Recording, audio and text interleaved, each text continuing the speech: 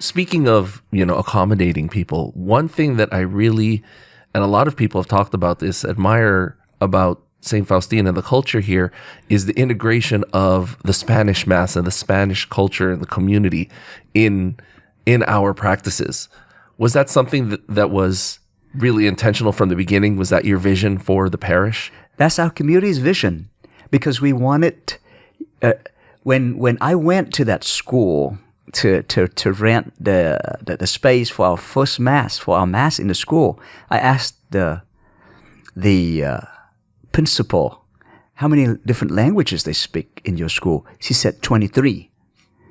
And that's kind of the makeup of our parish. Every time we gather together, it's like a united nation. Yes. But that's the church. All nations shall come to worship the Lord, right? Yes. And when we gather, it's so rich, so beautiful.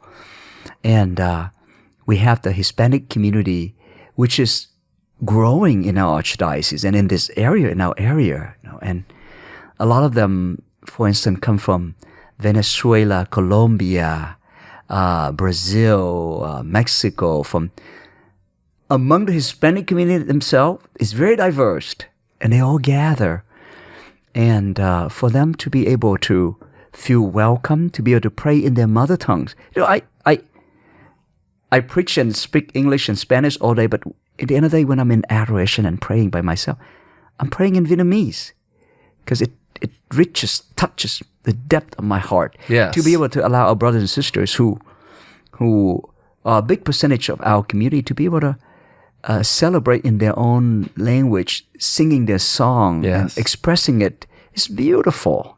We are the one community, but we're able to express it in different languages. And there's just many of them here. And it was good for us to be able to have that expression of faith in our community. So I'm so thankful for that. That we are able to do that. When did you learn to speak Spanish? So I, in high school you have to take a language class, and I chose Spanish. Thank God I did that.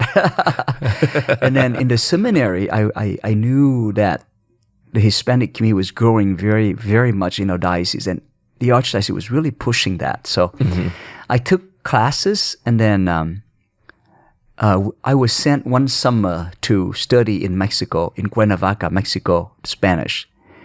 So really try to learn it. And it was in my first two assignments, my first 4 years in two different parishes. It was the first parish, Holy Name, was predominantly Hispanic, so I have to practice and use it a lot. Yes. My second assignment, I was the Hispanic priest because the pastor didn't speak any Spanish. Okay. And he needed a Spanish-speaking priest, so they sent me. So I did all the Spanish Mass, and I was in charge of the Hispanic community, so I really practiced that a lot.